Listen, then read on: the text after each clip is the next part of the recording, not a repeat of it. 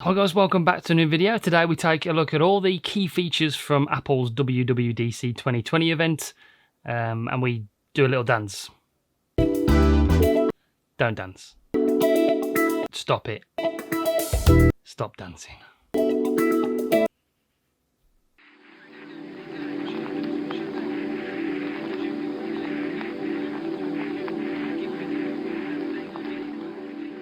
iOS 14 brings us new features such as widgets, so we can add different widgets and customize our home screens, and even add stacked widgets on top of each other, smart stacked widgets. It's a really cool feature, and it's something we've all been asking for a long time now.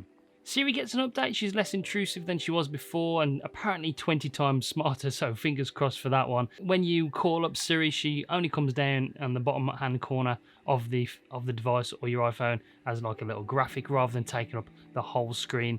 And the same for phone calls, incoming phone calls. It just comes at a little notification from the top of the screen now, instead of actually taking up the whole screen and covering up what you were doing on the device at the time of receiving that phone call. You can either swipe it away or just press it at the top of the screen to receive it. So that's a nice update for the iOS 14.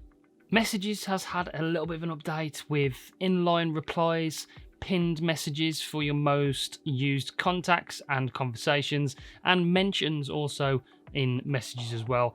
These are similar and things that are used in other apps, but it's a good addition to messages this year. App clips that use small parts of certain apps for doing small tasks is another good addition.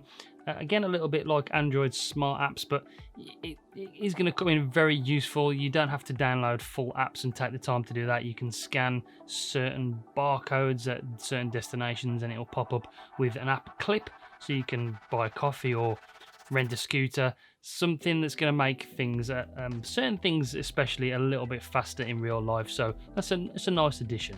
So the word new with some of these updates in iOS 14 rings a little bit hollow for me. It's inevitable we're going to get crossovers with ideas and features with different platforms. Both Android and iOS have been around for a long time now, and technology is a lot more readily available and shared all around the world. It's inevitable we're going to have some of those ideas and features cross over on certain platforms. I just hope that Apple keep on innovating with these ideas and features, because I just feel they do them that little bit better. But when we got to the AirPods update section of WWDC 2020, the seamless transition that they're implementing with the new AirPods Pro between devices sort of made sense to me, and my vision of Apple going forward into the future was pretty clear the way they want to move forward.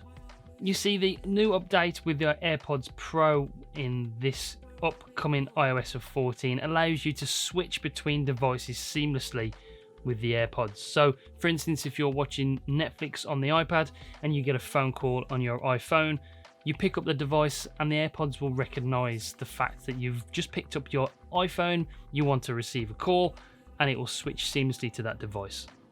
This is where the whole WWDC 2020 made sense to me when we started talking about the AirPods, because the whole first live WWDC behind closed doors and no crowd, and it was a very good production.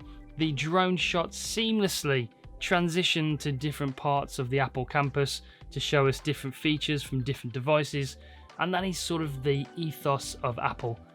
In the future, going forward, we seamlessly transition to different devices nice and easily, and help us with the workflow and makes our overall daily lives simpler, more seamless, and that transition very, very smooth. Apple is all about that walled garden, so love it or hate it, it's what Apple is all about going forward, that seamless transition between devices.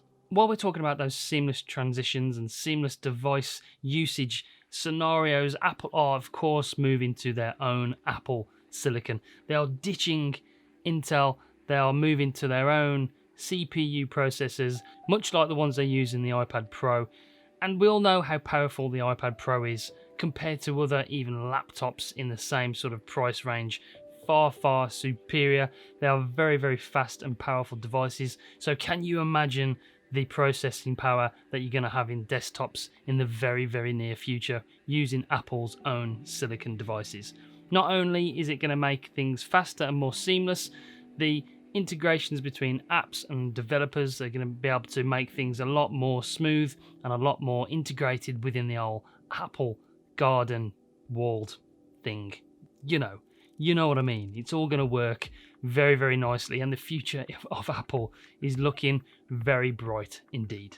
There was lots of other updates in WWDC 2020 last night. My other few key features are Scribble for iPad, where the iPad is now going to be able to recognize handwriting as text message, so you can be able to input into search fields with your handwriting. So a lot of people have been asking for that. They don't want to use their finger and their pencil at certain times. They want to either use their finger all the time or the pencil all the time, which makes perfect sense. So if you're drawing on the iPad and you want to search for something as a bit of inspiration, you can go and use a multitasking to go to the Safari and keep on using your pencil to input in the search field. It also recognises simple shapes, so you can draw a star, for instance, and if you pause right at the end of drawing the star, the iPad will recognise the fact you're drawing a star and do it perfectly for you. It's another fantastic option. You will, of course, be able to edit and copy and paste the Scribble texts as well. Your handwriting will be recognised as normal text. Car keys is going to be rolled out in the new BMW 5 Series to start with. I do assume that a lot of other manufacturers are going to follow suit, but it's going to allow you to open and start your car with your phone device. You might think this could be a bit of dangerous, but to combat that kind of dangerous security problems you might get from using your phone, you are going to be able to disable your car keys through the cloud. Much like Find My Phone, you're going to be able to disable your car. You can also add parental controls. So if a teenager is driving your car, you can add restrictions such as speed restrictions and different alerts if they go out of a boundary that you set.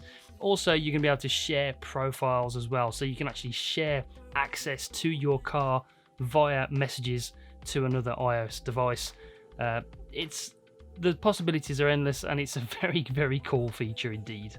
Maps has had an update too, with new detailed cycle routes added for certain countries. It even tells you when you've got to get off your bike to carry your bike upstairs. And with Maps as well, you're going to have detailed EV car, electric car driving routes that plans you a route to your destination via car chargers, and also takes into account elevation and descent to properly calculate your range of the car once you've inputted it into the phone.